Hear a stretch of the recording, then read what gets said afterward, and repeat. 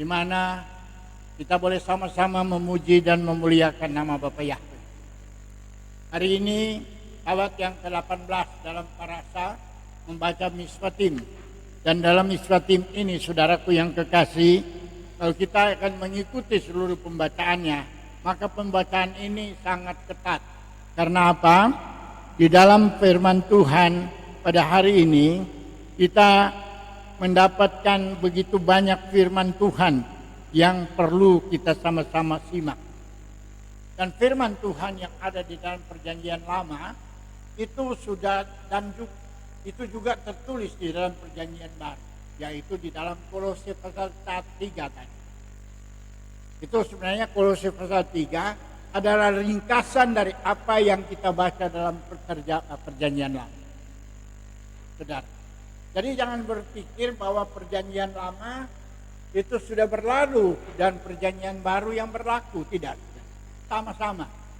Karena perjanjian lama terbukti mengacu kepada perjanjian baru, mengacu kepada perjanjian lama. Contohnya apa yang ditulis oleh Paulus ini dalam Kolose pasal 3. Itu sama. Sebab itu pada hari ini saya dapat memberikan judulnya sebenarnya mengenai Torah dan tradisi manusia. Kalau kita melihat apa yang terjadi di masa ini, baru-baru kita ini dihebohkan dengan pengadilan yang terjadi di Indonesia. Hampir semua mata tertuju di televisi melihat hal ini. Apa yang mereka lihat, saudara? Mengenai hukuman atau pernyataan hakim, tuduhan para jaksa. Jadi sekarang ini kan ada jaksa. Itu tertuju kepada orang-orang tertentu untuk menuduh secara legal. Nah, kalau kita baca di dalam firman Tuhan, sebenarnya saudaraku yang kekasih, firman Tuhan juga ada hakim dan ada penuduh di sana. Kalau dalam bahasa Ibrani dibilang softim dan softrim. Softim dan softrim. Nah, saudara yang kekasih, kalau kita membaca perjanjian baru, pada waktu Yahshua HaMashiach mau dihakimi, siapa yang menghakimi dia?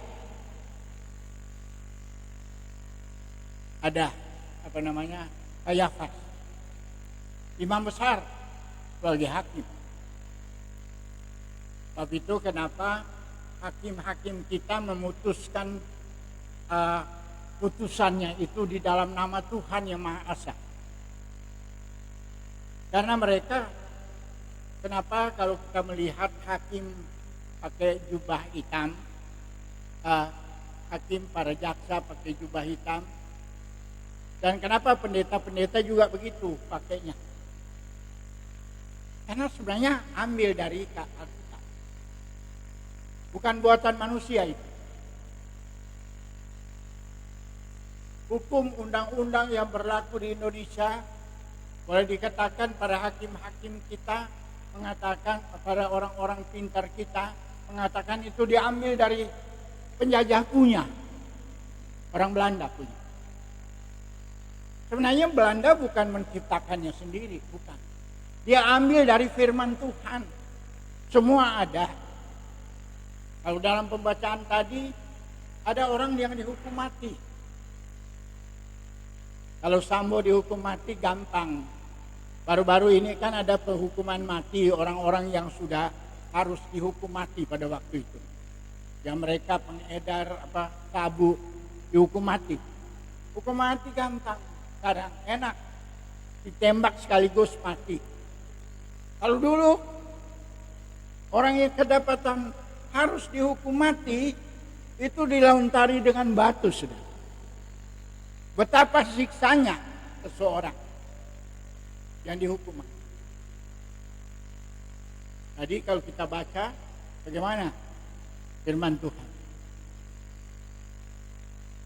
Seorang anak aja mengutuk orang tuanya dihukum mati loh. Kalau sekarang orang tua anak-anak maki bapak ibunya seenak perutnya. Kalau zaman Torah mereka harus dihukum. Nah, apa di dalam perjanjian baru demikian? Baca di dalam tadi Kolose 3. Orang yang melakukan kejahatan akan dihukum. Jadi jangan berpikir orang yang ada di perjanjian baru karena sudah ditebus oleh Yahshua HaMashiach maka dosanya bebas. Ya. Dia akan dapat hukuman. Nah, hukumannya itu bukan sekarang. Hukuman itu nanti pada waktu penghakiman. Pada waktu ada penghakiman baru hukuman itu berlaku. Jadi saudara tenang aja.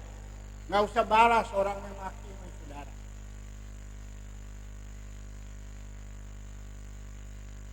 Sebab itu tugas kita sebagai hamba Tuhan sekarang ini memberitahukan kepada mereka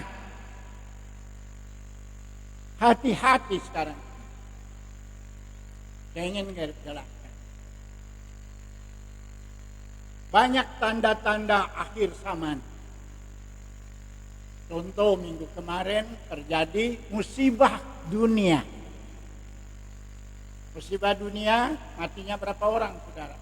Di Turki dan di Suriah berapa banyak yang mati? Saudara cari sendiri di internet banyak. Kalau nggak salah udah 40.000 yang mati. Tahun 39 itu hanya 37.000. 39.000 atau 37.000. Itu tahun 39. Nah tahun 2022, 23 ini berapa ribu? Sudah? Berapa? Yang lihat televisi boleh lihat. Kemarin kalau nggak salah udah 40-an ribu. Berarti lebih banyak di tahun 30 dari tahun 37. Apakah kita aware? Apakah kita memperhatikan hal ini? Kayaknya tidak. Ini yang disebut gereja sedang tidur. Pada saat kedatangan Yahshua HaMashiach sudah dekat. Kemarin saya baca, ada yang mengirim kepada saya, apa kejadian di Yerusalem atau di Israel. Tanda saman di Israel ada. Apa? Sapi merah sudah ada. Dari tahun kemarin, pada akhir tahun, sebelum saya menderita sakit saudara, saya sudah baca itu. Sapi merah mulai bermunculan di Israel, bukan cuma 1 ekor, banyak. Itu ada tanda zaman. Apakah kita ada perhatian khusus ke sana? Dan inilah yang tidak dilakukan oleh kita. Sebab itu dalam ajaran-ajaran teologi dikatakan akhir zaman gereja itu tidur. Pimpinan-pimpinan gereja tidak melakukan sesuatu yang harus dia lakukan. Memperhatikan, mempersiapkan jemaat untuk menyambut kedatangan Yahshua HaMashiach yang kedua. Dari mimbar ini hampir setiap Sabat saya mengutarakan hal ini, saudara. Memberikan tanda-tanda. Nah, untuk mencapai kehidupan yang kekal, kalau menurut Alkitab, kalau menurut sidur yang ada pada kita, dan itu adalah firman Tuhan, kita harus kembali kepada akar Ibrani.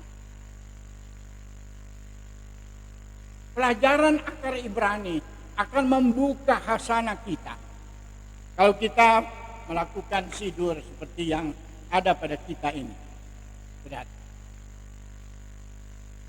untuk mencapai kehidupan yang kekal, kita harus bertobat. Nah, kalau kita membaca atau kenapa kita mengikuti acara Sabat, ada orang katakan, kenapa sih Pak panjang-panjang pendahuluannya? Ini tiap Sabat kita lakukan. Kenapa? Membawa kehidupan kita mendekatkan diri kepada Bapa Yahweh. Ada orang dari Bandung merasa bahwa mereka yang lebih hebat, lebih tahu. Menegur saya, menegur ibadah kami dengan mengatakan, ngapain pakai talit? Ngapain pakai atribut-atribut? Bahkan supaya saudara tahu, saya mendirikan gereja pimpinan Roh Kudus sejak tahun 79. Tapi di tahun 1999, saya sempat diusir oleh hamba Tuhan dari gereja saya sendiri karena saya memakai atribut Israel. Itu terjadi tahun 2005 lalu di Jakarta. Betapa sedihnya seorang hamba Tuhan muda dapat mengusir pemimpin gerejanya karena membawa kembali atribut Israel. Dia teriak dari belakang, turun kau, jangan bawa acara Yahudi di sini. Saya turun dari mimbar, tapi terbukti saya terus ada di mimbar. Usia saya sudah 83 tahun hari-hari ini.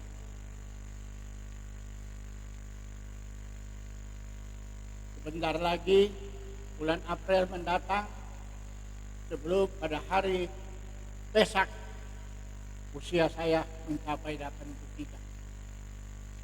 Haleluya. Untung Tuhan belum panggil tanggal 28 Desember yang lalu. 28 Desember yang lalu saya sudah sempat pingsan setelah khotbah. Sebenarnya sudah harusnya kembali, tapi rupanya banyak orang yang masih membutuhkan saya. Haleluya. Saya berterima kasih karena banyak orang masih perlu pelajaran,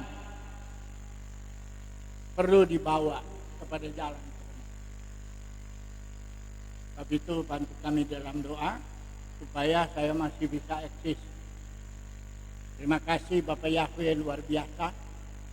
Tuhan mulai mengirim orang-orang yang layak untuk mengerjakan pekerjaan Tuhan bersama. Hari ini kita tampil beda dari hari-hari yang lain. Kalau dulu saudara boleh ikuti siaran langsung, suaranya aja kresek-kresek ya. Tapi sekarang suaranya bagus, ada tampilan lagi sidurnya. Kita bisa melihat apa yang disampaikan, bukan hanya bicara, bukan hanya audio yang kita dengar, tapi kita bisa melihat. Karena saya teringat pada waktu saya masih muda, saya mendapat kesempatan untuk belajar ke luar negeri. Dan saya bersyukur apa yang saya mau praktekkan ini yang saya terima dari sana. Artinya semua pelajaran diberikan visual supaya kita menerima dengan baik. Hanya dengan melihat apa yang akan kami kerjakan, semua cepat kita tangkap. Coba kalau cuma ngomong, nggak bisa. Dan itu terjadi 50 tahun yang lalu. Alah, 60 tahun yang lalu. Jadi di Amerika 60 tahun yang lalu sudah ada model ini. Kita baru mulai sekarang. Dan itu kita bersyukur, berterima kasih. Nggak ada perkara yang terlambat. Amin. Karena saya berkata kepada Bapak Yahweh, Bapak, kalau dunia Engkau sudah berikan kepintaran kepada para manusia, para orang-orang pintar, boleh menciptakan macam-macam Dan kami saat ini boleh menikmati. Biar kami juga lakukan itu. Dan itu sudah terjadi. Kita bersyukur, berterima kasih. Banyak hal yang masih perlu bagi kita. Tetapi semuanya kan terukur oleh Tuhan. Nah, hari ini kita seperti saya katakan ada hal yang sudah disebut di dalam Torah. Torah itu adalah pengajaran, saudara. Untuk bahasa Indonesia sebenarnya mengikuti bahasa Yunani, Torah itu menjadi hukum. Karena Torah diterjemahkan ke dalam bahasa Yunani menjadi nomos. Dan nomos itu artinya hukum. Sebab itu kalau kita baca firman Tuhan yang ada pada kita, maka saudara akan temukan hukum Torah. Nah, kalau orang berbicara hukum Torah, maka orang lari semua. Karena hukuman yang datang. Sebenarnya pengajaran yang datang. Sebab itu saudara baca Yesaya pasal 2. Kata Torah di sana dalam bahasa asli apa diterjemahkan hukum? Tidak. Saudara baca di sana diterjemahkan pengajaran. Nah, ini yang kesalahan yang sekian lama terjadi. Hukum-hukum yang Tuhan kasih, aturan-aturan sebenarnya yang Tuhan berikan di sini adalah aturan.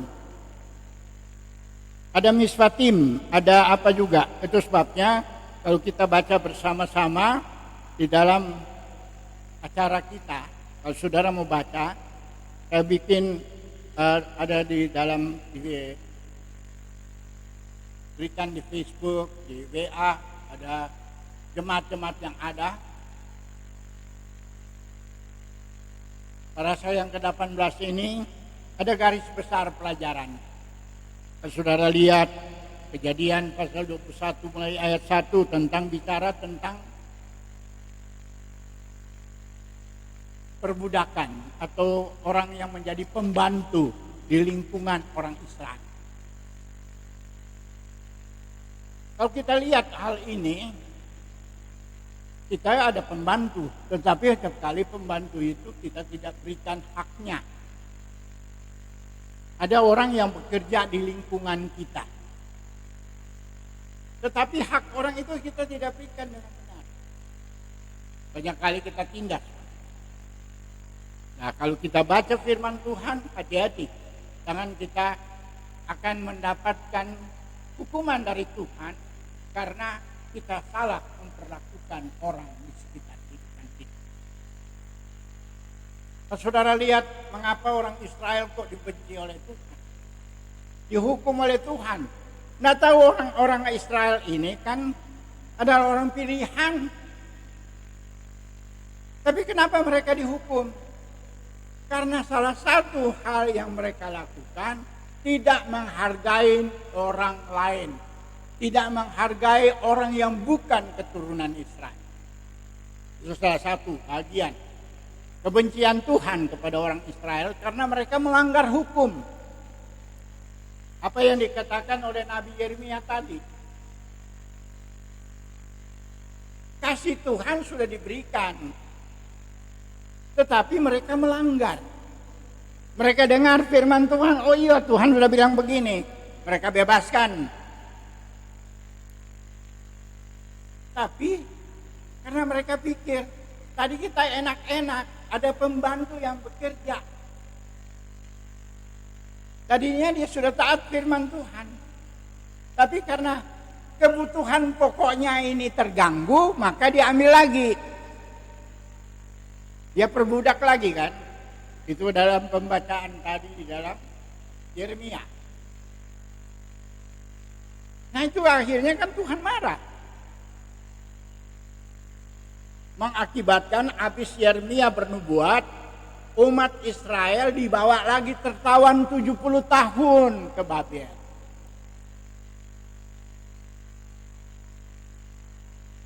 Untung cuma 70 tahun. Kalau yang pertama kan 430 tahun. Kesalahan oleh Abraham. Tadi kan disinggung di dalam Torah atau dalam apa? Haftarat. Apa yang dilakukan Abraham bikin perjanjian mati. Mereka potong binatang, terus orang lewat keduanya. Kan tadi disebut tadi toh. Di mana itu? Di Haftarat. Berarti di Yeremia. Jadi Kejadian pasal 15 dan apa yang ada itu dicitir kembali di dalam Yeremia. Ada perjanjian mati. Mereka potong binatang, baru orang-orang lewat di situ dengan pengertian siapa yang melewati perjanjian ini akan sama dengan binatang yang mati. Artinya hukuman mati. Kita bersyukur kepada Bapa Yahweh Elohim. Hukuman mati ini sebenarnya ada dua kematian. Kematian secara fisik, tapi ada kematian kekal. Kita akan mengalami siksaan terus-menerus di dalam neraka istilah. Nah, kita tidak menghendakinya. Kita bersyukur, berterima kasih kepada Bapa Yahweh untuk hal ini. Hal ini terjadi setelah 7 minggu. Ya, 7 minggu perjalanan umat Israel keluar dari tanah Mesir, mereka sampai ke Sinai. Berarti 50 hari atau 49 hari. Sampai di sana Musa mengumpulkan umat Israel di kaki Gunung Sinai untuk mengadakan perjanjian dengan Yahweh. Nah, pada waktu Tuhan turun di masa itu, dia nggak turun enak. Dia turun dalam keadaan guntur. Dia turun dalam keadaan asap, kilat yang menakutkan manusia. Artinya Tuhan menyatakan kekuasaannya. Itu keadaannya di Sinai. Nah, saudara, sebelum kedatangannya yang kedua, Yeshua HaMashiach, kita akan mengalami banyak siksaan loh. Banyak malapetaka yang akan terjadi. Dan ini sudah terjadi. Perang Rusia dengan Ukraina sekarang menyiksakan banyak orang. Nggak tahu ini mau berhenti atau enggak.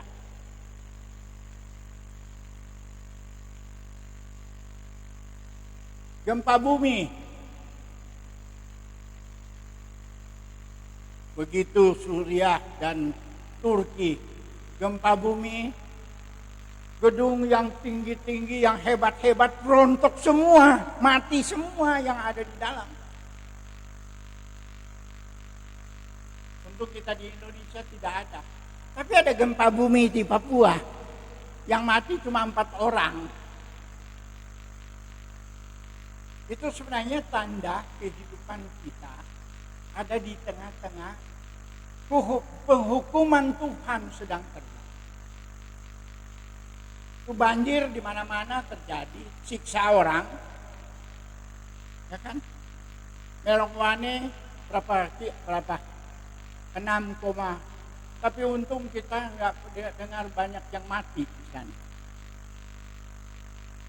Kita bersyukur. Kenapa?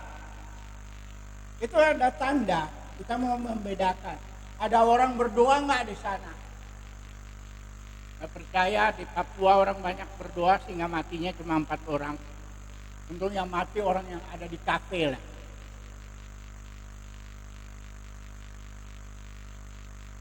Untuk Melowane nggak ada nggak ada berita ada yang mati. Di Manado aja kita kemarin banjir, ada matinya.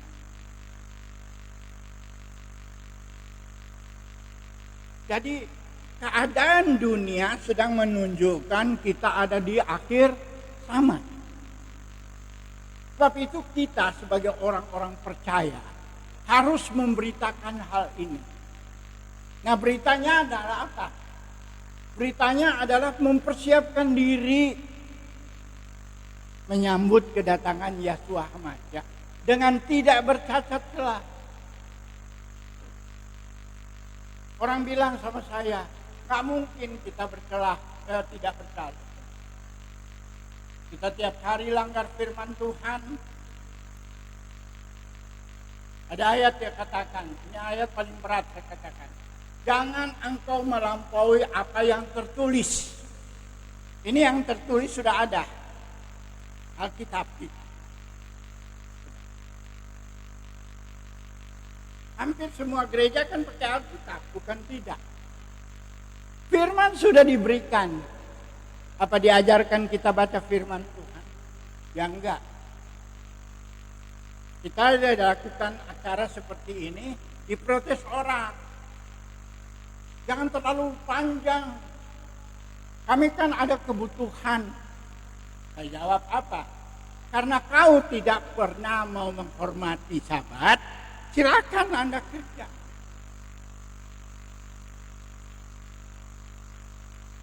Kami lakukan ini sudah bertahun-tahun. Kami melakukan Sabat seperti ini bukan baru sekarang, saudara.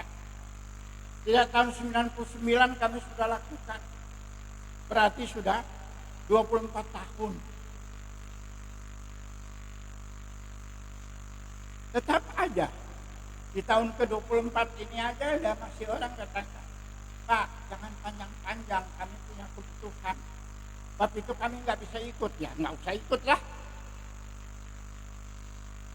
Mau paksa juga kamu ikut susah. Kamu mau perintah saya. Saya ikut ke kehendak Tuhan, bukan kehendak kamu. Ya itu sebabnya gereja kamu nggak akan berkembang. Karena kamu nggak ikut acara manusia. Ya bukan urusan saya. Urusan saya dengan Tuhan beda. Saya bersyukur teman-teman dari Australia mengatakan pada saya, nggak usah tuh nanti kita seperti mau jalan di jalan tol banyak yang enak. Ya. Kita agak sulit dalam perjalanan kita. Aturan terlalu banyak dan kita tidak mau mengikuti aturan. Tapi itu kita sulit. Tapi itu orang yang akan masuk di dalam acara Tuhan ini hanya bisa dihitung dengan jari. Untung kita hari ini lumayan. Hampir semua hadir. Terima kasih untuk mendengarkan peraturan-peraturan yang Tuhan berikan.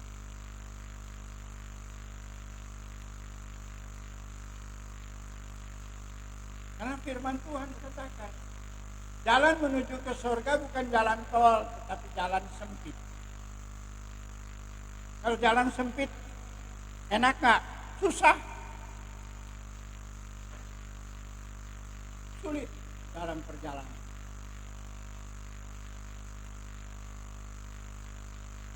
Bertahun-tahun saya melayani. Setiap Sabat bicara. Tapi berapa banyak orang yang hadir? Ya kita doang. Karena hanya orang yang terpilih.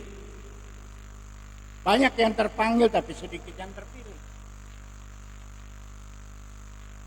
Saya sudah mendekati orang. Orang datang.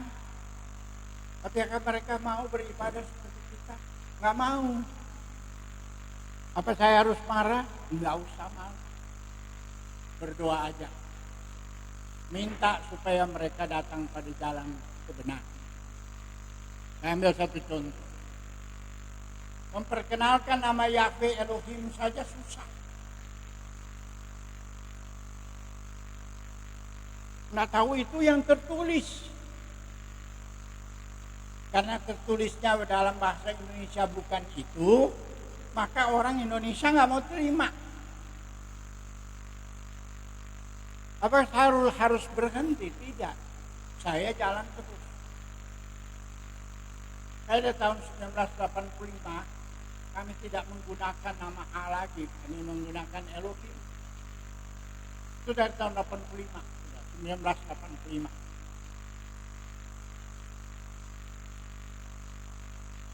Apa begitu banyak orang sudah terima? Sedikit. Pada waktu kami mulai di sini, saya masih ingat 10 atau 12 tahun yang lalu di sini, kami mulai memberitakan tentang nama Yahweh. Ada ayat yang keluar pada waktu itu. Mazmur 24. Mulai ayat 1 sampai ayat 10. Siapa yang boleh naik ke gunung Tuhan? Orang yang bersih tangannya, orang yang mencari kebenaran. Nah, ayat yang ke-10 bahkan diberi tugas di sana supaya kita menyerukan kepada pintu-pintu yang berabad-abad tertutup. Jadi ini pintu yang tertutup itu bukan baru sekarang. Berabad-abad dikatakan firman Tuhan. Sampai tadi bicara dengan Theo di meja makan. Saya bilang 10 tahun yang lalu dari sini, habis acara ini kami keluar. Tiap kali ada gereja kami berhenti. Kami tumpang tangan dulu. Bapak Yahweh, tolong masuklah kepada mereka. Pintu-pintu gerbang yang tertutup kiranya terangkat. Masuk Raja Kemuliaan. Itu kami ajar. Hingga pada waktu itu murid-murid yang belajar di sini, baik mereka yang datang dari Papua, baik mereka yang datang dari Jawa, belajar bersama kami. Kami pergi ke Kalimantan. Kami lakukan itu. Terbuka juga. Tapi terbukanya apa lebar? Sempit, saudara. Sedikit saja terbuka. Nyelinap masuk. Sehingga nama Bapak Yahweh mulai dipanggil orang. Saya ambil contoh shofar. Saya masih ingat saudara sepupu saya berulang tahun 50 tahun pernikahan. Karena saya injili dan dia mereka katakan, tolong lakukan, bikin pemberkatan kembali kepada kami yang sudah 50 tahun menikah. Bikin akar Ibrani. Oke, boleh. Waktu itu shofar aja masih susah. Saya kumpulkan. Kebetulan waktu itu cucu saya kira-kira 5 tahun. Ada shofar kecil. Shofar tiruan. Dia tiup.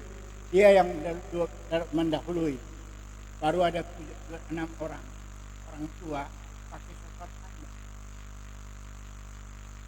Dan saya bersyukur salah satu anak dari sepupu atau ponakan saya menjadi peniup shofar dari shofar sendiri. Pada waktu dia meninggal, katanya mereka ada awan yang berbentuk shofar di atas kuburan. Sehingga shofar di Indonesia sudah banyak. Ada Indo shofar. Mereka menjual shofar. Supaya kita mengerti, shofar ini harus dibunyikan untuk apa? Memanggil orang. Dulu kita cuma tahu sangkakala, baca sangkakala berbunyi. Ada waktu ada yang lagu akhir zaman dulu. Kan ada waktu sangkakala berbunyi aku ada. Ya kan? Gimana lagunya?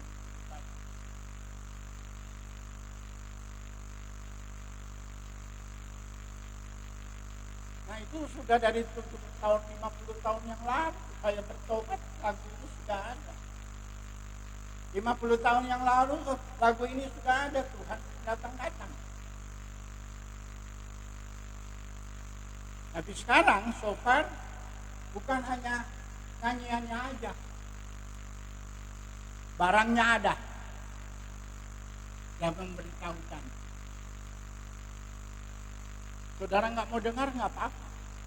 Tapi nanti kalau dia sudah berbunyi, kedatangan Tuhan kita tahu dia datang. Tapi itu berbahagia saudara-saudara yang ikut acara kami mendengar suara shofar. Bunyi shofar itu tanda kedatangan Yeshua HaMashiach. Tapi itu paling bagus shofar ini kalau ada orang mati kita bunyikan dulu di kubur. Karena itu kan ayat dia bilang, pada waktu Yeshua mau datang, ada bunyi shofar, maka kuburan orang mati di dalam Tuhan akan terbuka dan mereka yang ada bangkit.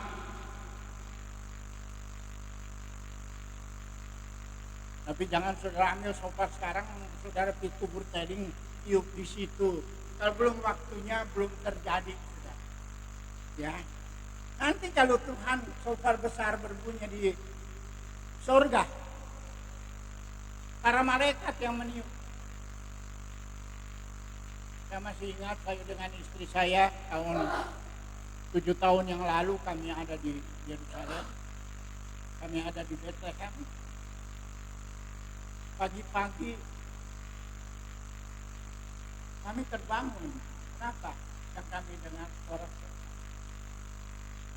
Nah, saya tahu nanti kemudian ada seorang bapak yang penjualan. Memang dia toko dekat dari hotel kami menuju ke tempat di mana Yeshua HaMashiach dilahirkan. Ada gerejanya di situ. Di mukanya ada toko. Saya tahu ini bapak yang meniup. Dia meniup setiap pagi.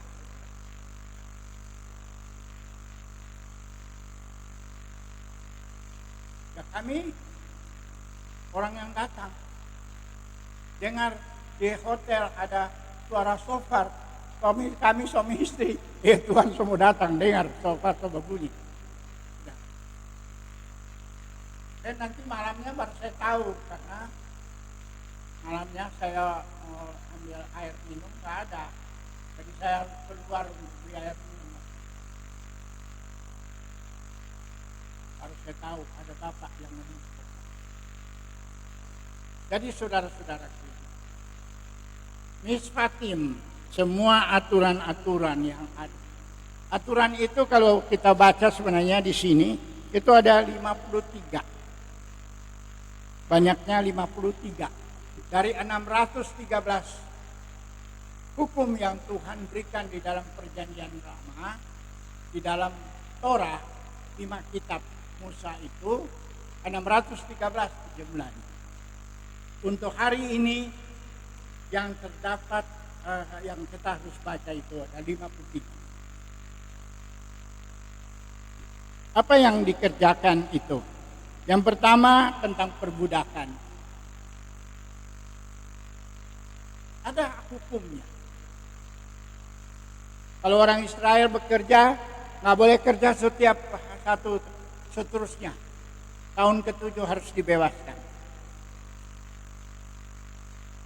Ada banyak acara itu. Bahkan tentang kekerasan. Pasal 21 ayat 8 tentang hukum tentang kepemilikan. Baru pasal 22 tentang ganti rugi. Umpamanya contoh, ada sapi seruduk orang, terjadi kecelakaan. Itu ada hukum dari dulu sudah ada. Kayak contoh sekarang, saudara naik motor, tabrak mobil. Emangnya seenak perut saudara boleh tabrak? Enggak, saudara harus ganti rugi. Itu kan hukum ada. Dan itu sudah tertulis sejak mula. Baru kemudian mengenai hukum keadilan. Saudara baca di dalam Keluaran 22 mulai ayat 16. Di sana ada tertulis tentang hukum keadilan sosial dan tentang kehidupan kita beragama. Di situ ada. Baru keadilan tentang bagi semua orang. Jadi hukum itu sudah ada. Bukan baru mau dikatakan sekarang. Atau kalau Indonesia baru mau bikin undang-undangnya. Dalam firman Tuhan sejak mula itu sudah. Kemudian tentang tahun. Ada perayaan tahunan, saudara. Nah itu gereja tidak lakukan. Imamat 23 ada 7 pesta. Kemudian ada tahun Sabat. Apa ini lagi yang paling heran? Nggak ada orang bikin. Tahun Semita, 7 Sabat. Kita tahun 2023 ini, bulan September yang lalu berakhirnya hukum Semita. Tahun ke-7 tahun kemarin, 2020. Tahun ini adalah tahun pertama dalam Semita. Nanti tahun berapa? Berarti tahun 2030 baru ada tahun lagi Semita. Baru kemudian ada tentang saudara mau melakukan sesuatu. Sebenarnya Tuhan sudah utus malaikatnya duluan mendahului. Itu saudara boleh temukan di dalam Keluaran pasal 23 ayat 20. Di sana tertentu. Jadi setiap langkah kita Tuhan sudah atur mendahului. Saya tiap pagi berdoa untuk ada seorang anak kami di Jakarta. Dia bertugas dalam satu perusahaan. Kita berdoa supaya tiap langkahnya itu bukan cuma terhadap dia pribadi, tidak. Kami berdoa untuk seluruh pekerjanya. Saudara bayangkan pekerjanya ada yang ada ini di Tuban, ada yang di Gresik, ada yang di Morowali, ada yang di Wedah, ada yang bekerja di Kalimantan Barat. Mereka bekerja di alat-alat berat. Kami berdoa supaya Tuhan mendahului mereka, beri mereka sukacita dalam bekerja. Nah, pekerjaan mereka kan susah.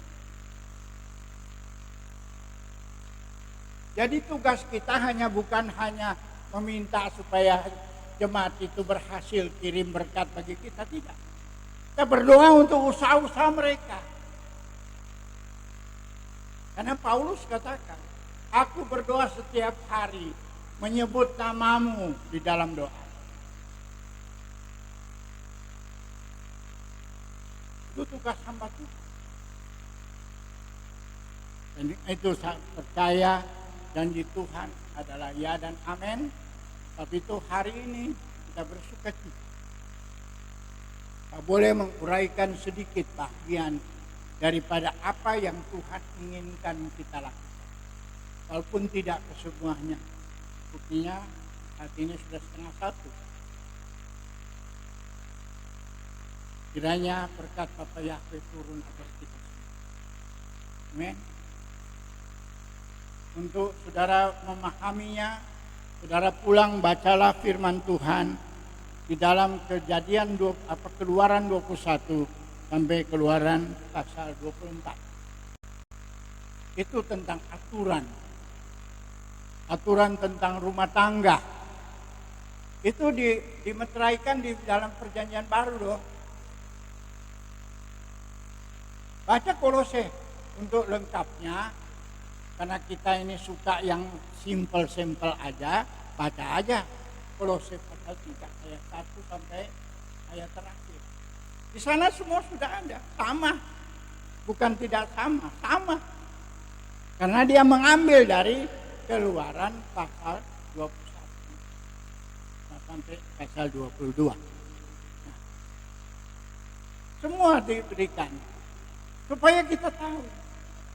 Bukan Paulus mengatakan bahwa kita Tuhan sudah tebus, haleluya, puji Tuhan. Saudara harus bekerja.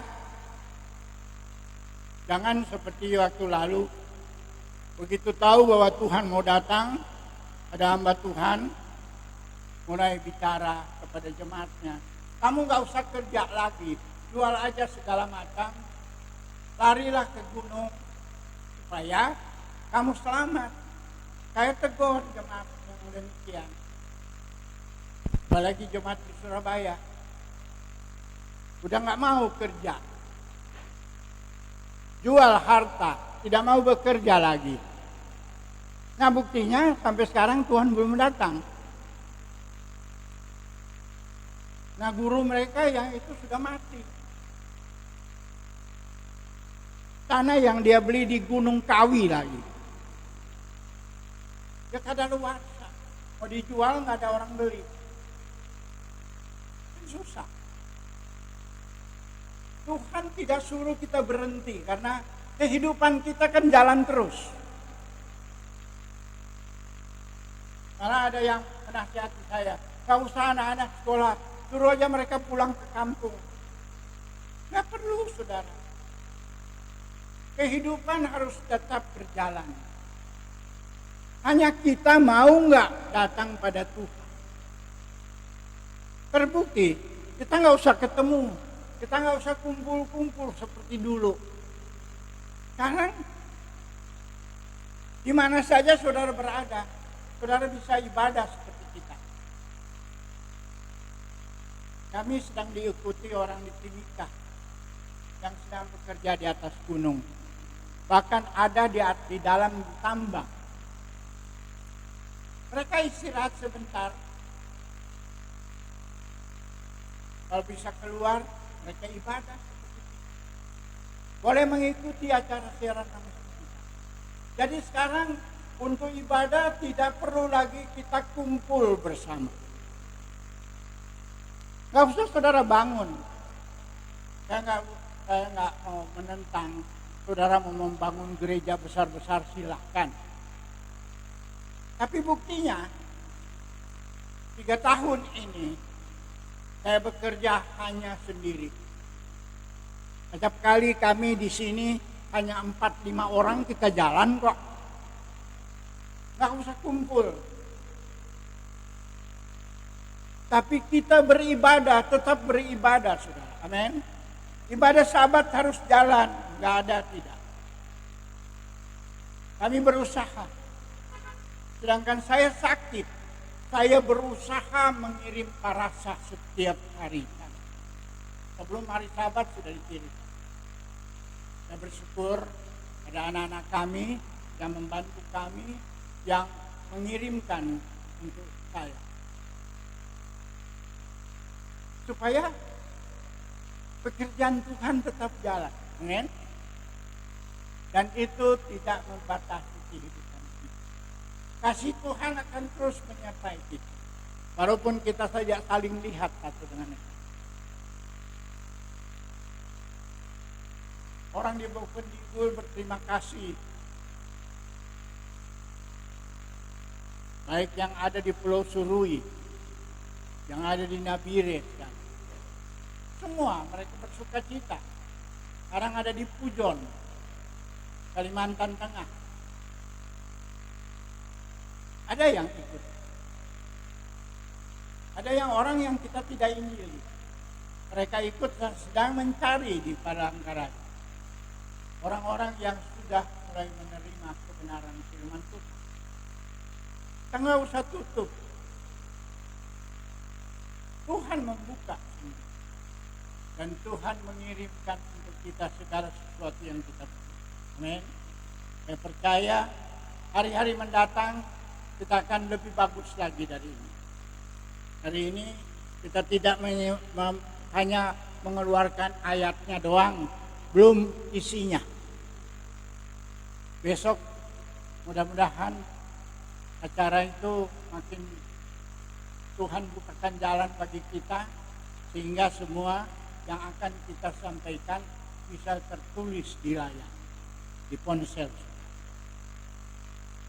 Yahweh menyertai kita karena kasih-Nya itu besar dan tidak pernah membiarkan kehidupan kita.